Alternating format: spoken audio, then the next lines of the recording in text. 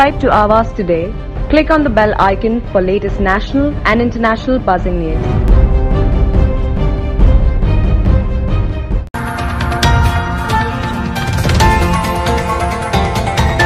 नमस्कार, खास मेहमान में आपका स्वागत है। आज जो शख्सियत हमारे साथ है वो बहुत ही ज़बरदस्त प्रोग्रेस इनका रहा है, बहुत बड़ा इम्पैक्ट हमारे रीजन पे रहा है। हम बात कर रहे हैं श्री प्रशांत ठाकुर साहब की, जो थर्ड टाइम एमएलए हैं पनवेल रीजन के, और उनकी इस बात से अहमियत और पता चलती है कि उन्हें सिर्फ पनवेल तक सीमित नहीं रखा गया है। रायगढ़ के बीजेपी के प्रेसिडेंट भी हैं वो, और अगर इस बार मेरे ख्याल से बीजेपी गवर्नमेंट आती तो हम इन्हें स्टेट लेवल पे देखते थे। हालांकि सिडको के चेयरमैन भी रह चुके हैं। सर, बहुत बहुत स्वागत है आपका खास मेहमान में। नमस्कार। और बहुत खुशी के टाइम पे आप हमारे से मुलाकात हो रही है। आपका जन्मदिन भी है, आपको बहुत ढेर सारी शुभकामनाएं सर। आगे आप बहुत बहुत धन्यवाद, और आप बहुत बहुत धन्यवाद। रीजन भी बहुत प्रोग्रेस करे सर। Thank you. बहुत लगाव है आपको पनवेल से, इस पूरे रीजन से, और जन्मदिन के टाइम पे खुशियां की टाइम होती है, पर इस बार काफी संकट में दिखाई दे रहा है हमारा रीजन। किस तरह से आप देख रहे हैं अभी फिलहाल स्थिति?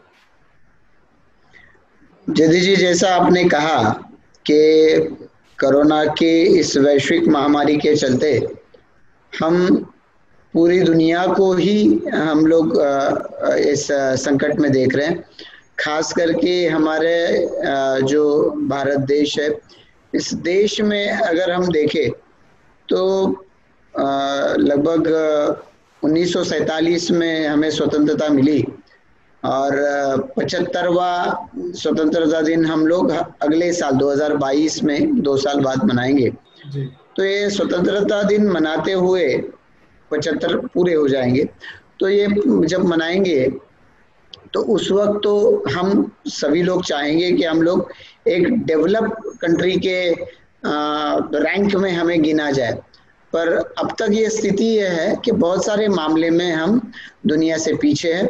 मैं समझता हूँ, मैं भाग्यशाली हूँ कि देश के प्रधानमंत्री नरेंद्र मोदी जी आज इस देश का नेतृत्व कर रहे हैं, और उनके विजन से हम लोग हर क्षेत्र में आगे बढ़ रहे हैं। फिर भी हेल्थ सेक्टर में हमें बहुत कुछ काम करना बाकी है, और जिसका एग्जाम्पल हमने कोरोना के इस पीरियड में देखा हुआ है कि कोरोना हमारे देश में केसेस फरवरी से आए, और उसके पहले हमारे यहाँ पे ना पीपी किट बनते थे, ना N95 के मास्क ज़्यादा तौर पर बनते थे। तो आज इसकी तैयारियां अगर हमें करनी है तो बहुत संभल के चलना था, और ऐसे में इस बीमारी ने हम सभी को अपने चपेट में ले लिया है। तो ऐसे में चाहे देश के प्रधानमंत्री जी के माध्यम से हुआ काम हो, या बहुत सारी सामाजिक संगठनों ने मिलकर किया हुआ काम हो, इसके चलते कुछ हद तक इस मुकाबला करने के लिए हम ताकत जुटा पाए हैं। पर फिर भी मैं देखता हूं कि मेरे बहुत सारे साथी पिछले 3 या 4 महीनों में वो या उनके परिवार के लोग आज इस दुनिया में नहीं है। कोरोना की वजह से या तो कोमोर्बिडिटी हम जिसे कहते हैं कि जिसके माध्यम से कोरोना हुआ, और कोई बीमारी उनको पहले से थी तो उसकी वजह से कोरोना के शिकार हो गए। तो ऐसे सारे लोगों को खोने का भी दुख है, और पूरा हम लोग देख रहे हैं 2020 में अलग अलग चीजें हो रही है। तो इसके चलते जन्मदिन है, हर दिन आपके 365 दिन में से हर दिन आपको कुछ नया सीखने को मिलता है। आप अच्छा काम करो तो लोगों का आशीर्वाद मिलता है। तो जन्मदिन क्या हुआ और बाकी के दिन क्या हुए, मेरे लिए ये सारे दिन कुछ सीखने का अवसर लेके आते हैं। कोरोना की इस बीमारी में ने भी हमें बहुत कुछ सिखाया है, पर सोचता हूँ कि जन्मदिन इस बार ना मनाए तो अच्छा है। मैं अपने सहयोगियों को भी यही अपील करने वाला हूँ। जी बिल्कुल सर, आपने जो कहा स्टडी करना है, सीखने को मिलता है, जो आपका करियर ग्राफ रहा है वो शुरू से मैंने देखा है कि काफ़ी स्टडी करते हैं आप हर मामले में, हर चीज़ को, रीजन को भी। ये जो अभी फिलहाल स्थिति है, अगर हम पनवेल की बात करें, देश दुनिया परेशान तो है, जैसा आप बोल रहे हैं, इंडिया तो फिर भी काफ़ी कुछ रेजिलियंस दिखा रहा है, फाइट बैक कर रहा है, क्योंकि हमारी जिस तरह से पॉपुलेशन है, हालात और बिगड़ सकते थे, लेकिन फिर भी कुछ कंट्रोल में आ रहा है। पनवेल की अगर हम बात करें तो यहाँ पर भी काफी सेंसिटिव सिचुएशन है अभी फिलहाल भी। आप यहाँ का सिचुएशन किस तरह से देख रहे हैं? देखिए, पनवेल कॉरपोरेशन तो 2016 के 1 अक्टूबर को बना है। तो पनवेल का कॉरपोरेशन जब बना है, वो बनने से पहले यहाँ पर जब ट्रेन आई तो हार्बर ट्रेन हमारे यहाँ पर आई है। पनवेल, फिर Khandeshwar railway station, Mansarovar railway station, Kharghar, ये पनवेल तहसील तालुका हम लोग अगर कहें तो इसमें आने वाले ये 4 स्टेशन हैं। पर ये 4 स्टेशन होने की वजह से बहुत बड़ी संख्या में लोग जो आमतौर पर मुंबई में रहते थे या मुंबई से दूर किसी और सबर्ब्स में रहते थे, वो सारे लोग पनवेल या इस इर्द गिर्द के क्षेत्र में रहने के लिए यहाँ पर आए। तो कोरोना का स्प्रेड आउट जब शुरू हुआ तो वो स्प्रेड आउट के शुरू होते ही ये चीज ध्यान में आ गई कि लॉकडाउन तो पूरी तरीके से शुरू था, लोगों की आवाजाही बंद थी, लोगों के मन में खौफ था कि अगर हम किसी भी चीज के लिए बाहर जाए और कोरोना ने हमको हमारे चपेट में लिया तो क्या।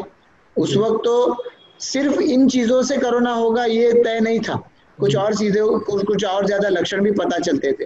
तो ऐसे में लोग बाहर नहीं गिर रहे, लेकिन कोरोना के पेशेंट्स बढ़ रहे थे, जिसका मतलब ये था कि कोई तो कोरोना के पेशेंट में कांटेक्ट में आ रहा है। और जब इसका हम सभी ने मिलकर जायजा लिया, साफ तौर पर जाहिर हुआ कि जो लोग इसेंशियल सर्विसेज में काम करते हैं और ज्यादा तौर पर इसेंशियल सर्विसेज में काम करने वाले वो लोग जो ऐसे पेशेंट के कांटेक्ट में आते हैं, ऐसे लोग मुंबई में जाने वाले लोग हैं, मैं उनका रिस्पेक्ट करता हूँ। हमारी भारतीय जनता पार्टी ने हमेशा हमें कहा है कि ये सारे लोग कोरोना वॉरियर्स हैं, जो कोरोना की इस स्थिति में भी लोगों को सर्विस देते हैं, लोगों को कोरोना से बचाने का काम करते हैं। तो ऐसे सारे लोग, लेकिन उनकी रहने की व्यवस्था उनके काम के नजदीक वाले जगह में नहीं की गई, इसकी वजह से वो खुद उसकी चपेट में आ गए, उनके परिवार वाले लोग उनके साथ रहने की वजह से उनकी चपेट में आ गए। और इसकी वजह से अप्रैल महीने से कोरोना का स्प्रेड आउट पनवेल के क्षेत्र में जो बढ़ा है, सबसे बड़ा रीजन उसका लगभग 1.5 महीने तक सिर्फ ये मुंबई में जाने आने की मजबूरी जिनकी है, ऐसे लोग आए। मुझे कई सारे लोगों ने बताया कि मेरी बीवी मुंबई में फलाना हॉस्पिटल में काम कर रही है, मैं रिक्वेस्ट कर रहा हूँ उनको मुंबई में रहने की व्यवस्था करो, वो मांग कर रही है पर डरती है कि अगर वो ज्यादा खुलकर सामने आ जाएगी तो उसका जॉब चला जाएगा। तो ऐसे सूरत में लोगों ने काम किया है, I salute them, but due to negligence of their superiors, वो दैट अथॉरिटी, उनकी वजह से आज पनवेल में स्प्रेड आउट हो चुका है। आज पनवेल के क्षेत्र में पेशेंट्स की संख्या बढ़ती जाती है और जो रिकवर होने वाले हैं उनकी भी संख्या उतनी है। 1500 के आसपास कॉरपोरेशन का आज का नंबर है और पनवेल के क्षेत्र में देखा जाए तो वहाँ का भी नंबर लगभग 1000 के आसपास है। तो ऐसे में मैं कहूँगा कि अगर सावधानी हम लोग बरतें, सेफ्टी, मास्क या फिर सैनिटाइजर का इस्तेमाल, या उसके साथ साथ हम लोग जो दूरी बरतनी है, जैसे कि आपने इंटरव्यू ले लिया, हर बार आपका इंटरव्यू तो सामने हमारा रहता है, लेकिन दूरी बरतते हुए हम लोग ये जो काम कर रहे हैं, तो मैं समझता हूँ कि ये सावधानी अगर पनवेल का हर कोई समझ ले तो मैं समझता हूँ कि हम लोग जरूर इसमें कामयाब हो सकते हैं। सर, एक बहुत इम्पोर्टेंट बात जो आपने की, और आपने बहुत शुरुआत में ये इशू उठाया था कि भाई जो मुंबई जा रहे हैं वो उनका अकोमोडेशन वहीं पे इंतजाम किया जाए। आपने स्टेट गवर्नमेंट को भी अप्रोच किया था, इनफैक्ट आपने वार्निंग भी दी थी कि अगर नहीं हुआ तो हम पूरा लॉकडाउन कर देंगे, पनवेल बंद कर देंगे, क्योंकि ये बहुत सीरियस इशू था। और अल्टीमेटली ये देखा गया कि पनवेल, नवी मुंबई, पूरा MMRDA रीजन आज जो फेस कर रहा है उसका एक बहुत बड़ा कारण ये था कि आज मुंबई थोड़ा बेटर हो गया है, लेकिन हम यहाँ पर सफर कर रहे हैं। आपको लग रहा है कि ये जो स्टेट गवर्नमेंट ने लास्ट तक भी इस पर कोई मेजर डिसीजन नहीं लिया और ये एक बहुत बड़ा फिर नेग्लिजेंस स्टेट गवर्नमेंट का भी रहा है? मैं मानता हूँ कि ये स्टेट गवर्नमेंट का फेल्यूर है कि इस डिसीज को एड्रेस करने के लिए जो कदम समय पे उठाने चाहिए इन्होंने कभी नहीं उठाए। लॉकडाउन के बारे में ये शुरुआत में सेंट्रल गवर्नमेंट को ब्लेम करते रहे, लेकिन उस वक्त ये समझ में नहीं पाया है कि इसकी जरूरत थी, और जो कि महाराष्ट्र गवर्नमेंट ने सेंट्रल गवर्नमेंट से पहले लॉकडाउन जाहिर कर दिया था, पर जरूरत थी। कब लोगों को बाहर यहाँ रहने वाले बाहर के ओरिजिनल के लेबर है, कब उनको जाने के लिए मांग करनी चाहिए, उनको फूड सप्लाई करना चाहिए था, पर इन्होंने मई महीने तक इनको फूड सप्लाई नहीं किया। डेस्परेट होके लोग चलते चलते बाहर निकलने लगे, तब इन्होंने मांग की कि रेलवे गाड़ी शुरू कर दी जाए, इनको जाने की अपील कर दी जाए। कुछ समय के लिए मैं कहता हूँ कि सब लोगों ने यही मांग कर दी, और उसकी वजह से ये लोग, उन लोगों के आग के तारे तो बन गए, क्योंकि उनको अपने गांव जाना था, अपने जो पुरखों की जमीन में जाकर उनके सामने सेफ्टी में रहना चाहते थे। उनके माँ बाप उनको पुकारते थे, ये सारे जो स्टैंडर्ड लेबर है उनको, कि कुछ भी कर, तू घर पे चला आ जा, बस तू हमारे साथ में रह जा। और अगर स्टेट गवर्नमेंट उस वक्त कहती कि कोई भी जाने की जरूरत नहीं है, हम इनकी सेफ्टी की, हम इनके हेल्थ की जिम्मेदारी लेंगे, तो मैं समझता हूँ कि आज की ये सिचुएशन हमको नहीं दिखती। ये हो गया स्टैंडर्ड लेबर के बारे में।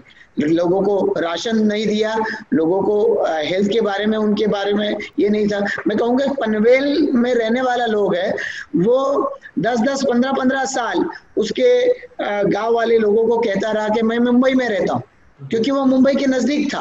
तो मुंबई में जो चपेट में लोग आए थे, उसकी वजह से उन्होंने कहा कुछ भी सब छोड़ छाड़ के तू चला आ जा, क्योंकि तुझे वहां पे खाने की रोटी नसीब नहीं हो रही है। लोग फोन करके बिहार से, बंगाल से कहते थे कि कुछ भी करो, ये हमारे लोग हैं, खाने पीने का इंतजाम करो। तो ये फेल्यूर था। इसके साथ साथ मैं कहूंगा कि मुंबई के नजदीक के MMRDA क्षेत्र में रहने वाले सभी कॉरपोरेशन के लोग इनको कहते आए कि इंतजाम करो। परदेशी जी जो मुंबई म्युनिसिपल कॉर्पोरेशन के कमिश्नर थे, इन्होंने एक्सेप्ट तक कर लिया था, ऑर्डर निकल चुका था, और फिर कुछ और रीजन की वजह से उनका तबादला हो गया, और उसके बाद में ये मुहिम ठप हो गया। फिर इन लोगों के मुंबई में रहने के इंतजाम के बारे में कोई भी बात नहीं कर रहा था।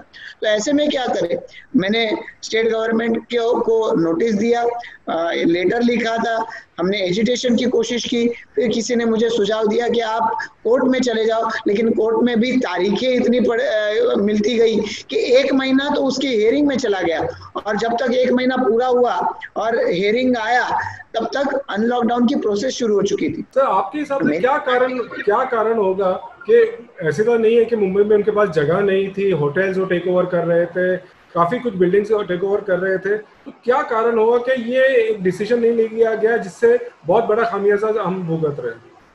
नहीं, मैं समझता हूँ कि ये तो ऑर्डर हो चुका था। BMC ने BMC के स्टाफ को रहने के लिए होटल्स और बाकी सारी चीजों का इंतजाम किया जाए। प्रवीण सिंह परदेशी जी की जो ट्रांसफर हुई उसके 3 या 4 दिन, मैं कहूंगा आपको कि 2 तारीख के आसपास कभी तो ऑर्डर निकल चुकी है, 2 मई के आसपास उसकी ऑर्डर निकल चुकी थी, और फिर ये ट्रांसफर हो गया, और इसमें ये इशू जस के तस रह गया। मैं समझता हूं कि ये नेग्लिजेंस है। इश्यूज एड्रेस करने के लिए हम हमारा देखेंगे। अब BMC में काम करने वाले लोग यहाँ पे रहे, और यहाँ के डिस्ट्रिक्ट कलेक्टर या कॉर्पोरेशन ने यानी स्टेट गवर्नमेंट ने उनको जो पैसा दिया होगा वो खर्चा किया, लेकिन काम करने वाले वहां के लोग और उनके परिवार के लोग ये यहाँ पर बीमार गिरते गए। जब हॉस्पिटल फुल हो गए तो प्राइवेट हॉस्पिटल में इनका इलाज करना पड़ा। किसी स्टेट गवर्नमेंट की किसी भी स्कीम में इनको वो पैसा रिएम्बर्समेंट नहीं हुआ है। लाख 2-2 लाख 3-3 लाख बिल लोगों को भुगतान चुकाना पड़ा है। ये BMC में काम करने वाले लोगों की वजह से। मैं उनको दोष नहीं देता हूं, पर उनकी जो देखभाल करने की आवश्यकता थी ये इन लोगों ने नहीं की है। शेयर निग्लिजेंस है। और ये जो आघाड़ी की सरकार है, ये आघाड़ी की सरकार का ना सोचना, क्या प्रोटोकॉल होने चाहिए, क्या सावधानियां बरतनी चाहिए पब्लिक प्लेसेस में, इनके बारे में ना सोचना, हॉस्पिटल में ना सोचना, समय पे ऑक्सीजन के बेड, वेंटिलेटर के बेड इनका निर्माण ना करना, ये सारी खामियां ऐसे की ऐसी रह गई, और जिसका नतीजा ये हुआ है।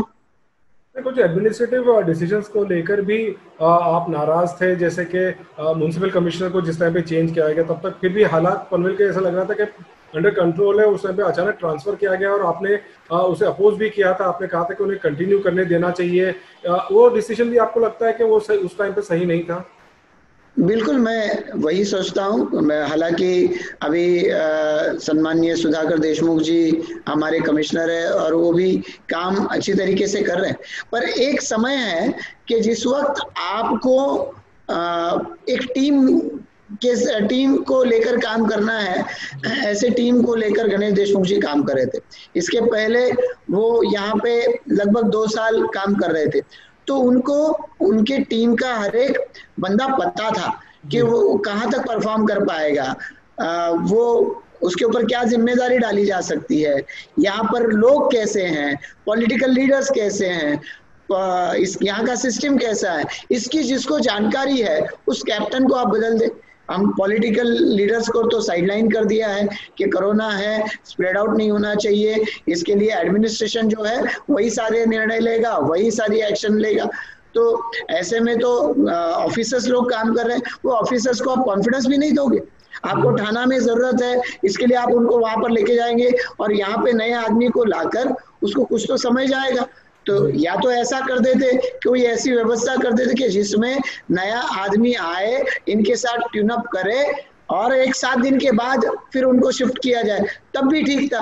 लेकिन ये सरकार कुछ समझने को तैयारी नहीं है, क्या करे। सर, एक और जो इशू आ रहा है कि इंफ्रास्ट्रक्चर वाइज देखेंगे तो टेस्टिंग जो है पनवेल में अभी भी बहुत कम हो रही है, और प्लस जो हॉस्पिटल की भी आपने डिमांड की थी, अभी बात चल रही है, बट 4 महीने हो गए, कुछ मेजर इंफ्रास्ट्रक्चर पनवेल जैसे इतना बड़ा रीजन है, पॉपुलेशन भी बढ़ रही है, यहाँ पर नहीं आया है, ना टेस्टिंग अब तक बहुत ज्यादा बढ़ पाएगी। नहीं, वो तो आप जानते हैं कि ex chief minister Devendra Fadnavis ji भी पूरे महाराष्ट्र का दौरा कर चुके हैं, खास करके कॉरपोरेशन में, हर कॉरपोरेशन में गए हैं। जब पनवेल आए थे तो उन्होंने भी इसी चीज का जिक्र किया, और वो सबसे पहले जब आए तो सब डिस्ट्रिक्ट हॉस्पिटल में गए और सब डिस्ट्रिक्ट हॉस्पिटल में उन्होंने डॉक्टर से ये बात की, कमिश्नर से ये बात की कि पनवेल का मैं स्टडी करके आया हूँ और टेस्टिंग आपकी जो है पूरे एमएमआर रीजन में सबसे कम है। ये उन्होंने उस वक्त उनका स्टेटमेंट दिया था, जो कमिश्नर है उन्होंने एक्सेप्ट भी कर लिया और उन्होंने कहा था, पर उन्होंने अपनी जबान से तो नहीं कहा, पर मैं समझता हूँ कि पूरे स्टेट गवर्नमेंट की ये पॉलिसी बन चुकी है कि टेस्ट कम से कम करो ताकि ज्यादा नंबर सामने ना आए, पर इससे काम बनता नहीं। आज अगर इस रोग के बारे में लोग बहुत ज्यादा सचेत ना होते और डर उनके मन में पैदा ना होता तो ये इसका स्प्रेड आउट शायद और ज्यादा हो जाता। टेस्टिंग जितनी जल्दी की जाएगी उतने जल्दी हम इससे रिलीव हो पाएंगे। ये आपकी जो बात है मैं उससे सहमत हूँ, पर दुर्भाग्यवश ये अनरिटन पॉलिसी है। बीच में कई बार मैं डॉक्टर्स को भी टोक चुका हूँ। पहले ऐसा होता था कि एक पेशेंट मिला तो चाहे उसका हाई रिस्क कांटेक्ट होने दीजिए, चाहे लो रिस्क कांटेक्ट होने दीजिए, जो पिछले 4 दिनों में उसके कांटेक्ट में आए हर एक का टेस्टिंग होगा। अब उनका भी टेस्टिंग नहीं हो रहा है। ऐसा सिचुएशन रूरल पनवेल के एरिया में देखा गया है। इससे बहुत ज्यादा अलग स्थिति नहीं है। और ये तो पेशेंट की बात कर रहे हैं कि पेशेंट के कांटेक्ट में आने वाले लोग, तो आप सोचिए कि जो पेशेंट के कांटेक्ट में नहीं आए पर सिम्टोमेटिक है, तो सिम्टोमेटिक लोगों की ज्यादा से ज्यादा टेस्टिंग होनी चाहिए, पर कितनी बार बताए और कितनी बार जताए, इसका कोई फायदा ही नहीं हो रहा। खबर हमें पास तो ऐसे भी आती है कि खुद पेशेंट्स हैं जो पॉजिटिव हो गए हैं और उन्हें कांटेक्ट नहीं किया जा रहा है या उन्हें कोई प्रॉपर गाइडेंस नहीं मिल रहा है कि वो आगे क्या करें। खुद हमको फोन आते हैं, फिर हम उनको कोई हेल्पलाइन नंबर्स वगैरह दे रहे हैं। ये स्थिति जो है पूरा ऑपरेशन एंड अगेन हॉस्पिटल की कमी एंड प्रॉपर कोई हॉस्पिटल नहीं, क्योंकि प्राइवेट हॉस्पिटल जैसा आपने कहा एक तरह से लूट मची हुई है। ये बहुत अखर रहा है पनवेल को। देखिए कि आज के समय में अगर हम देखें तो आप और मैं टेक्नोलॉजी पर से इतने कन्वर्सेंट नहीं थे, पर हम एक बीमारी आ गई और हमने स्वीकार कर लिया। आज का हमारा इंटरव्यू थ्रू टेक्नोलॉजी हो रहा है। तो मैं समझता हूँ कि जब कोई डिसीजंस लेने थे कोरोना आने से पहले, तो कॉर्पोरेशन में बॉडी डिसीजन लेती थी, मेयर, लीडर ऑफ हाउस या अपोजिशन के लोग भी मीटिंग में साथ में बैठते थे। आज हम लोग अपनी पार्टी की मीटिंग लेते हैं तो उसमें 150-200 लोग शामिल हो जाते हैं। पनवेल कॉर्पोरेशन में तो कुल मिला के 78 लोग हैं। ऑफिसर्स उसमें जोड़ दीजिए, जो HODs है वो जोड़ देंगे, तो ऐसे लोग तो हफ्ते में एक बार मिल सकते हैं। पर ये इसके बारे में स्टेट गवर्नमेंट ने कुछ सोचा ही नहीं। उन्होंने सोचा ये एक जरिया हो गया हमको कंट्रोल करने का, और कंट्रोल करने लगे और फिर वो कंट्रोल नहीं कर पा रहे तो ऑफिसर्स के हाथ में छोड़ दिया। अभी ऑफिसर्स लोग की लिमिटेशंस है, वो लोगों में नहीं बहुत ज्यादा जाते हैं, वो अपने ऑफिस में बहुत समय पर तक हर अलग अलग कामों में मशगूल रहते हैं। तो ऐसे में लोगों में जाने वाले जो लोग हैं उनको डिसीजन मेकिंग में इन्वॉल्व नहीं है, उनको खाली सजेशंस के लिए रखा हुआ है। वो सजेशन देंगे तो सजेशन का इम्प्लीमेंटेशन हुआ, आपने 4 चीज बताई, 1 चीज आपकी हो गई, 3 चीज नहीं होगी, तो फायदा क्या हो गया? 3 चीजों नहीं हुई, यानी 75% आपकी नहीं सुनी गई, लेकिन 1 सुनी गई, वो आप उसके ऊपर खुश हो जाओ। तो ऐसे तो बात बनती नहीं। पर ये पूरी स्टेट में ये पॉलिसी मैं समझ रहा हूँ कि अडॉप्ट की गई है, और इसके चलते ये समय पे डिसीजंस नहीं लेना, ये बात बहुत हो रही है। और इसकी वजह से अलग अलग फैक्टर्स हम देख रहे हैं कि जो छोटे छोटे जिनके बिजनेसेस हैं, वो बिजनेसेस वाले लोग काफी परेशान हो चुके हैं। ऑटो रिक्शा वाले, सलून्स वाले, जिम वाले, ये सारे लोग सोचते हैं कि अभी हमारा बिजनेस कब खुलेगा। शॉप्स खुली, बंद कर दी गई, फिर खुली, अभी अल्टरनेट डे चल रही है। ये मजाक बना के रखा हुआ है। अभी जहां पे भीड़ होती है वहां पे कोई कंट्रोल नहीं। अभी मैंने हमारे पनवेल के कमिश्नर से बात की कि डी-मार्ट जैसी जगह है, ऐसी जगह पे आप देखिए सब्जी मंडी में भीड़ होती है, इस तरीके की भीड़ वहां पे हो रही है, वहां पे कोई पाबंदी नहीं है। और जहां पे दिन में 20 ग्राहक जाते हैं उसको आप कहते हैं अल्टरनेट डे चला। तो ये वो भी क्या करेंगे, क्योंकि वो कहते हैं कि पूरे MMRDA ने किसने डिसीजन नहीं लिया। मैं कहता हूँ सर आप तो ले लीजिए डिसीजन, पर ये स्टेट गवर्नमेंट का दबाव है कि नहीं लॉकडाउन करो, लॉकडाउन करोगे तो कंट्रोल में आ जाएगा। ये कोरोना लॉकडाउन के चलते ये लॉकडाउन की वजह से कंट्रोल में नहीं आ रहा है, ये तो लोग डर के मारे आज सहम गए हैं और उसकी वजह से हो रहा है। सरकार को सोचना चाहिए, सरकार को पॉलिसी लेके आना चाहिए। जहां भीड़ है टेक्नोलॉजी का आधार लो, वहां पे कंट्रोल करो, वहां पे आप एक्शन लो, और जहां पे भीड़ कम है उनको प्रोत्साहित करो और उनको फॉलो करने के लिए लोगों को आप सामने लेके आओ। ये होना चाहिए, नहीं हो रहा है। तो बहुत सही आपने कहा कि टेक्नोलॉजी का यूज करके पब्लिक रिप्रेजेंटेटिव्स को, जिस तरह से आप बोल रहे हैं, एक तरह से साइडलाइन कर लिया गया डिसीजन मेकिंग में, उनका बहुत ज्यादा रोल नहीं हो रहा। जैसे आपने बहुत सही एग्जांपल दिया है कि इस तरह के टेक्नोलॉजी यूज करके मीटिंग्स हो सकती थी, वेबिनार्स दुनिया में हो रहे हैं आजकल, बट अनफॉर्चुनेटली ये नहीं हो रहा है। एक और सर, क्योंकि आप सिडको के चेयरमैन भी रह चुके हैं रिसेंटली तक, और सिडको नवी मुंबई पनवेल जो पूरा एरिया है, सिडको ने बहुत ज्यादा कमाया है एक्चुअली। अब चाहे प्रकल्पग्रस्तों की जमीन ली हो, जमीन बेच के ली हो, करोड़ों करोड़ों करोड़ों कमाया है। अनफॉर्चुनेटली ये जो पैंडेमिक हमारा हम देख रहे हैं, इसमें सिडको का कोई खास रोल नहीं दिखाई दे रहा है, क्योंकि सिडको को तो बहुत बढ़ चढ़ के रिलीफ करना चाहिए था। आज पनवेल म्युनिसिपल कॉर्पोरेशन की बात हम करें तो वो एक नई बॉडी है, छोटी बॉडी है, लिमिटेड सोर्स ऑफ इनकम भी है उसका। सिडको के पास तो ऐसी कोई इश्यूज नहीं है, पैसा भरपूर है, बट आज जब जरूरत है यहाँ पे लोगों की, सिडको नहीं दिखाई दे रहा है सर। वो तो सिडको अभी कोई एक हॉस्पिटल, टेम्पररी हॉस्पिटल बनाने की बात कर रही है। जब ऑल पार्टीज ने मिलकर डिमांड की है, मैंने भी डिमांड की कि आप अगर 1600 बेड का हॉस्पिटल मुलुंड में बना सकते हो, जहाँ पे सिडको का कोई प्रोजेक्ट नहीं है, और जहाँ पे सिडको के करोड़ों रुपयों के प्रोजेक्ट आ चुके हैं, लोगों ने हजारों हेक्टेयर जमीन, लगभग 35,000 हेक्टेयर जमीन लोगों की आपने यहाँ पे एक नवी मुंबई प्रोजेक्ट के लिए एक्वायर की। फिर नैना प्रोजेक्ट आपका आ रहा है, इसी एरिया में इंटरनेशनल एयरपोर्ट का प्रोजेक्ट आ रहा है। तो यहाँ पर आप यहाँ के लोगों के लिए आप काम नहीं करोगे। 1600 बेड का हॉस्पिटल मुलुंड के लिए, ये कहाँ से हो गया? तो ये पॉलिसी में बदलाव जो हो गया है, इसकी वजह, मैं पॉलिटिकल बार बार बात नहीं करना चाहता हूँ, पर आज 3 पार्टी की सरकार सत्ता में स्टेट गवर्नमेंट में है, सिडको स्टेट गवर्नमेंट के अंडर है। तो ये 3 पार्टी के लोग मिलकर सिडको के ऊपर कोई दबाव नहीं बना पाए कि 2 महीने लग गए जब मुलुंड का हॉस्पिटल हुआ। अब उसको देख के या उसका एडवर्टाइज देख के हमको डिमांड करने की बात आ गई। क्यों सिडको ने इसके पहले ये कदम यहाँ पे नहीं उठाया? आपको यहाँ पे ऑक्सीजन बेड की जरूरत थी, लोगों को ऑक्सीजन नहीं मिल रहा था, लोगों ने जान तक लोगों की गवा बैठे हैं। तो ऐसी स्थिति आने तक ये स्टेट गवर्नमेंट क्यों रुकी रही, इसका जवाब तो स्टेट गवर्नमेंट को देना पड़ेगा। और आज स्टेट गवर्नमेंट के अंडर सिडको है, यहाँ पर जो मेडिकल फैसिलिटीज है, मेडिकल फैसिलिटीज बनाने के लिए मैं जब चेयरमैन था तब भी फॉलोअप किया। आज जो हम सब डिस्ट्रिक्ट हॉस्पिटल की बात करते हैं, थैंक्स टू देवेंद्र फडणवीस साहब के, उन्होंने हमको पूरी तरीके से सपोर्ट किया। रविंद्र चौहान जी हमारे गार्डियन मिनिस्टर थे, उन्होंने डिस्ट्रिक्ट कमेटी के फंड में से पैसा दिया। जब 6 करोड़ रुपए 2 सालों में दिए गए तब सब डिस्ट्रिक्ट हॉस्पिटल तैयार हो गया, पूरे डिस्ट्रिक्ट का कोरोना का हॉस्पिटल आज सब डिस्ट्रिक्ट हॉस्पिटल बन गया। मैं समझता हूं कि वहां पे सिडको के माध्यम से मॉड्यूलर ऑपरेशन थिएटर के लिए मैं जब चेयरमैन था तो उसके लिए 40 लाख रुपए फंड दिया गया।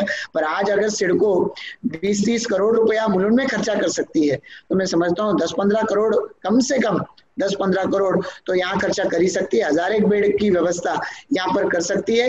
ऑक्सीजन और वेंटिलेटर बेड, इनके ऊपर ध्यान देने की आवश्यकता है। उनके लिए जो ट्रेन स्टाफ चाहिए, वो ट्रेन स्टाफ को पेमेंट देने की आवश्यकता है।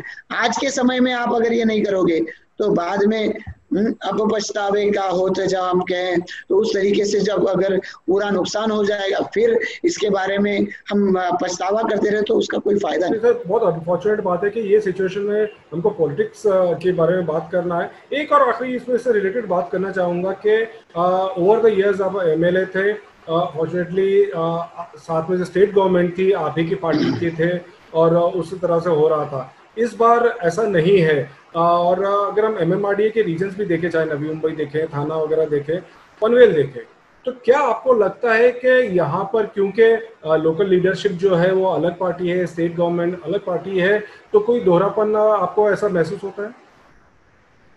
नहीं, मैं तो समझता हूँ कि ये जो माहौल है ये पूरे स्टेट में है।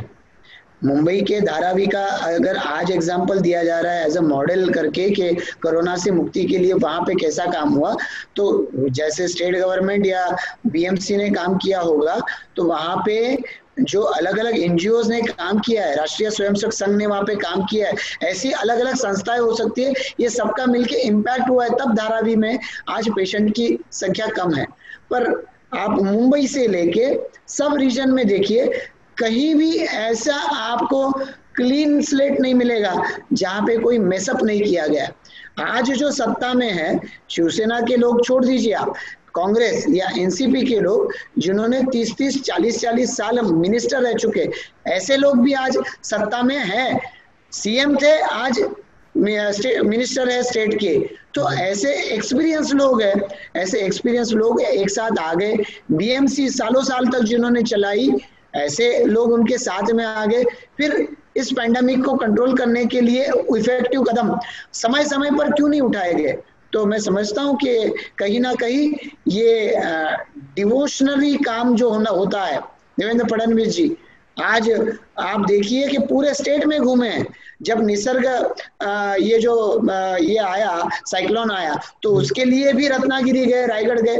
ये कहीं ना कहीं विल पावर का काम है। ये विल पावर के साथ में आप अपने आप को उसमें इन्वॉल्व करके अगर काम करेंगे तो रिजल्ट आते हैं। ये पहले 5 सालों में लोग देख चुके हैं। मैं सोचता हूं कि आज स्टेट गवर्नमेंट है, उसका अगर आज देवेंद्र फडणवीस जी अपोजिशन लीडर भी है तो भी पॉजिटिवली काम किया है, सजेस्टिव काम किया है। लेकिन ये सजेशंस को एज ए क्रिटिसिज्म लेंगे और वो क्रिटिसिज्म कर रहे हैं, इसके लिए हम वो काम नहीं करेंगे, फिर 10-15 दिन के बाद किसी और के सजेशन को दिखाकर हम वही काम करेंगे, ये इससे बात बनेगी नहीं, बहुत ज्यादा दिन तक ये गाड़ी चलेगी नहीं। सर, आपने बात किया इन्वॉल्वमेंट की, और अगर आप लोगों की बात करें, रामसेठ ठाकुर साहब की बात करें, आपकी बात करें, परेश ठाकुर भी हैं, आप फैमिली पूरे इस रीजन के ऊपर काफ़ी आपका दबदबा रहा है, वर्चस्व रहा है, एंड एक रिस्पॉन्सिबिलिटी रही है। इस पैंडेमिक में भी हमने देखा है कि आपने बढ़ चढ़ के आप लोगों ने हिस्सा लिया है, उसके बारे में अगर कुछ बताएं तो। ऐसे तो अपने काम के बारे में खुद बताना कुछ अच्छी बात है नहीं, क्योंकि बस मैं रामसेठ ठाकुर जी का मैं आभार प्रकट करना चाहता हूँ। भारतीय जनता पार्टी ने तो पूरे देश में ये अपील की थी। जेपी नड्डा जी हमारे राष्ट्रीय अध्यक्ष, उन्होंने कहा था जब लॉकडाउन की घोषणा हुई थी कि देश में 5 करोड़ लोगों को हम खाना देंगे। रामशेठ ठाकुर जी ने हम सारे लोगों को मैसेज दिया कि आपको लोगों तक पहुंचना होगा। शुरुआत में जब भय था, डर था, तो उस वक्त हमने लोगों में जाकर अनाज बांटा।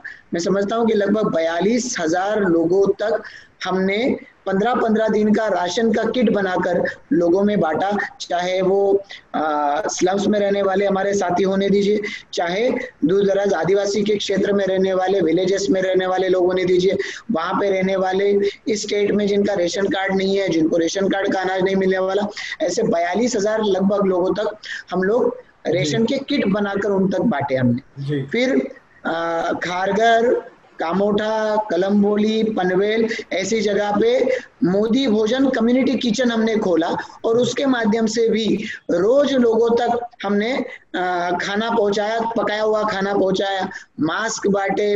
रामशेठ ठाकुर जी का जन्मदिन था 2 तारीख, तो लगभग 85,000 मास्क हमने बांटे।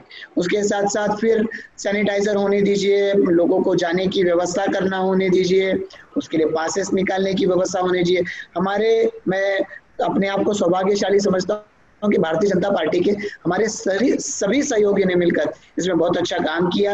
पनवेल के क्षेत्र के मैं उदाहरण दूं तो बहुत सारे लोगों के देने पड़ेंगे, खास करके पनवेल में जितने सारे गुरुद्वारा है, पनवेल, कामोठा, कलम्बोली खास करके भी, इन सारे गुरुद्वारा के माध्यम से जो लंगर का काम चलता रहता है, उन लोगों ने तो क्वारंटाइन सेंटर्स में जाके, जहां उनको लेबर कैंप मिलेगा, पता चलेगा कि यहाँ कोई भूखा है, तो वहां पे हमारे सिख भाई गए और उन्होंने उनकी बढ़ चढ़कर सेवा की। अनेक संगठनों ने ऐसी सेवा की है, सबके नाम गिना नहीं सकता मैं। उन सारे संगठनों का आभार प्रकट करना चाहता हूँ कि वो हमारे लिए इंस्पिरेशन बने। उनका काम देखकर हमें लगा यार ये तो मतलब कोई राजनीति से जुड़े लोग नहीं है, लोगों से जुड़े हुए लोग नहीं है कि लोगों को फेस करना है, तो हम तो लोगों में रहने वाले लोग हैं। तो इन्होंने हमको प्रेरणा दी है और ये सारा मिलकर काम करते रहे। रामशेठ ठाकुर जी ने कहीं भी फाइनेंशियल हाथ जो है वो पीछे नहीं रहे।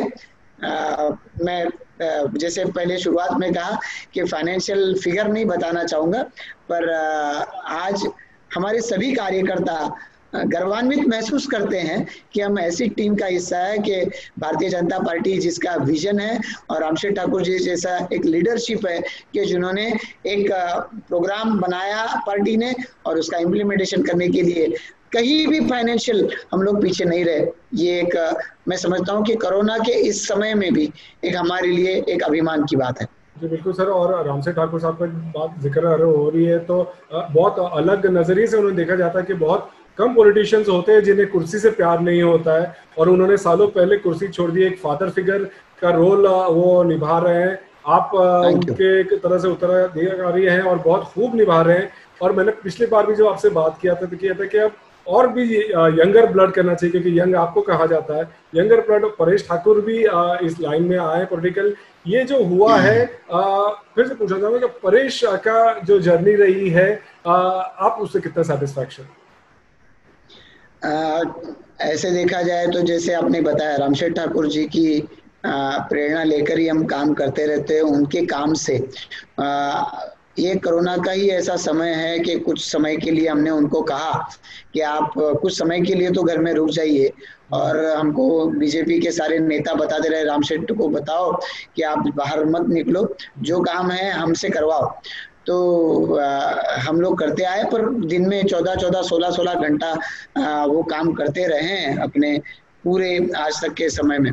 तो उसी से प्रेरणा लेके हम लोग काम कर रहे हैं। परेश आज लीडर ऑफ हाउस है, पर मैं समझता हूँ कि मैंने पहला चुनाव लड़ा था, उस पहले चुनाव से लेकर अब तक, चाहे स्ट्रेटेजी का काम होने दीजिए, चाहे इम्प्लीमेंटेशन का काम होने दीजिए, हर फील्ड पर वो मुझसे 2 कदम आगे बढ़कर ही काम करता आया है। कई सारे इनोवेटिव आइडिया लेकर उसने हमारे प्रोग्राम बनाए हैं और लोगों ने उसको बढ़ चढ़कर सराहना की है। बहुत बार होता यह है कि लोगों को सामने जो दिखता है उसकी सराहना की जाती है, तो नेचुरली मैं नगर अध्यक्ष था, फिर बाद में अभी एमएलए बना हूँ तीसरी बार। पर हर चुनाव में और चुनाव के बाद में भी हर ऐसे सोशल प्रोग्राम में उसका बैकबोन बहुत बार परेश ठाकुर रहा है। चाहे मैराथन का आयोजन होने दीजिए, स्पोर्ट्स का आयोजन होने दीजिए, कल्चरल हमारे इवेंट्स होने दीजिए, कोई एक आध ही ऐसा मैं प्रोग्राम गिना पाऊंगा शायद कि जिसमें परेश ठाकुर का इन्वॉल्वमेंट नहीं था। और आज मैं जहाँ पर रहता हूँ वो रहता है ऐसे क्षेत्र में, वो एज ए कॉर्पोरेटर चुन के आए हैं। तो कॉर्पोरेटर चुन के आने के बाद उसको तो पूरे 20 वार्ड का काम देखना है, फिर भी अपने वार्ड में अपने जेब से खर्चा उठाते हुए, चाहे स्वच्छता के काम होने दीजिए, चाहे फैसिलिटीज के काम होने दीजिए, इन पर खर्चा भी करता है, ध्यान देता है, लोगों से मिलता जुलता रहता है। तो मैं समझता हूँ कि एक लीडरशिप का ये उदाहरण है। भारतीय जनता पार्टी को जिसके ऊपर गर्व होगा ऐसा कार्यकर्ता हुआ है। बहुत अच्छी बात है। और सर, भाइयों के बीच में इस तरह की फीलिंग्स सुनना बहुत अच्छा है, लगता है। सर, आखिर में आप अपने हमारे व्यूअर्स को और आप लोगों को इस रीजन के क्या कहना चाहेंगे? मैं आपको बहुत बहुत धन्यवाद देना चाहता हूं कि इस अवसर पर आपसे और आपके माध्यम से हमारे सभी सहयोगी, आपके जो दर्शक हैं, उनसे रूबरू होने का अवसर प्राप्त करके दिया है। सही मायने में शुरुआत में हमने जो बात कही थी कि इस समय में हमने कई सारे अपनों को खोया हुआ है, उसका कहीं ना कहीं मन में तो गम है। मैं उन सारे सहयोगियों को याद करता हूं, कहीं ना कहीं उन्होंने अपने जीवन काल में मुझे मेरा ये जो सफ़र है इसके लिए मदद की है। और शायद मैं नाम तो बता दूं आपको, पर मैं उन सभी लोगों का ऋणी हूं। और जन्मदिन ज़रूर है, पर इस जन्मदिन के अवसर पर मैं उन सभी को याद करता हूं, उनके सहयोग को याद करता हूं। और मैं समझता हूं कि आने वाले समय में जब ये पैंडेमिक चला जाएगा तो हम जो सारे हमारे सहयोगियों को याद करेंगे, उनमें ये सारे लोग हमेशा से मेरे मन में बसे रहेंगे। आज जन्मदिन मनाने का अवसर नहीं है, पर जन्मदिन सिखा के जरूर कुछ ना कुछ चीजें जाता है। इस समय में लोगों ने जिस संस्कृति का परिचय दिया, आदरणीय प्रधानमंत्री जी ने मन की बात में उसका जिक्र किया था कि भारत की संस्कृति ऐसा है कि जब हम खा रहे हैं उस वक्त सामने वाला भूखा है तो उसकी तरफ ध्यान देके हम हमारे 4 निवाले उसको दे दे, तो वो संस्कृति है, ये भारतीय संस्कृति है। इस संस्कृति का परिचय हमारे कितने सारे साथियों ने, चाहे उनकी फाइनेंशियल कैपेबिलिटी हो नहीं हो, उन्होंने दिया है। तो ऐसे सारे सहयोगियों को मैं धन्यवाद देना चाहता हूँ कि उन्होंने मुझे ये प्रेरणा दी है, और ये प्रेरणा लेकर आने वाले समय में काम करता रहूँगा। जन्मदिन के दिन अभी बहुत सारे हमारे साथी हरदम मिलकर शुभकामनाएं देते रहते हैं, पर ऐसी शुभकामनाएं तो मेरे सारे सहयोगी मुझे पूरे साल के 365 दिन देते रहते हैं। प्रेरणाएं तो वो उनसे मैं जीवन के हर क्षण लेता रहता हूं। तो 5 तारीख को नहीं मिले, 5 तारीख को उनकी शुभकामनाएं जैसे 4 तारीख को मेरे साथ होगी, 6 तारीख को होंगी, उसी तरीके से 5 तारीख को भी होंगी। मैं आप सभी को धन्यवाद देना चाहता हूं। हम जिस आपत्ति से गुजर रहे हैं, इस आपत्ति से लड़ने की ताकत हमें ईश्वर दे। मैं सौभाग्यशाली हूं कि पिछले 5 अगस्त को कश्मीर का 370 कलम हटाने का बिल राज्यसभा में आया था, और इस 5 तारीख को प्रभु श्री राम जी के जो मंदिर है उसका भूमि पूजन होने जा रहा है।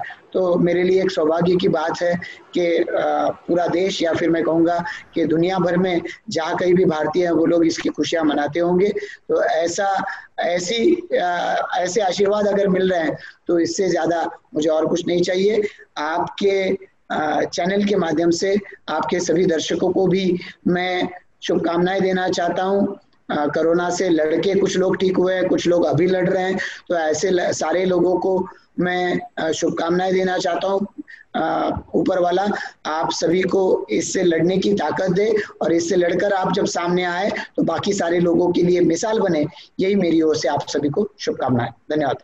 बहुत बहुत शुक्रिया सर, बहुत पॉजिटिव नोट पे आपने एंड किया है। हमारे तरफ से फिर एक बार आपको बहुत बहुत शुभकामनाएं। और जिस तरह से आपने कहा है कि हर एक दिन सीखने को मिलता है, ये दिन भी सीखने को मिला और बहुत ऑस्पिशियस डे को आपका इस बार बर्थडे जैसा आपने बताया आ रहा है। यही उम्मीद करते हुए कि जैसे कि आपने कहा हमारा कल्चर है कि हम शेयर भी करते हैं और हम बहुत फाइट बैक भी कर पाते हैं, हम ये परेशानियों से भी निकल पाएंगे। अगला बर्थडे जो आपका रहेगा और खुशियों में मनाएंगे और हम साथ में बैठकर ये इंटरव्यू करेंगे। बहुत बहुत शुक्रिया सर और आपको बहुत बहुत बधाइयाँ। नमस्कार सर। Thank you. नमस्कार। तो खास मेहमान में इस हफ्ते सिर्फ इतना ही। अगले हफ्ते हम एक नए खास मेहमान के साथ आपके साथ हाजिर होंगे। नमस्कार। Subscribe to Awaaz today. Click on the bell icon for latest national and international buzzing news.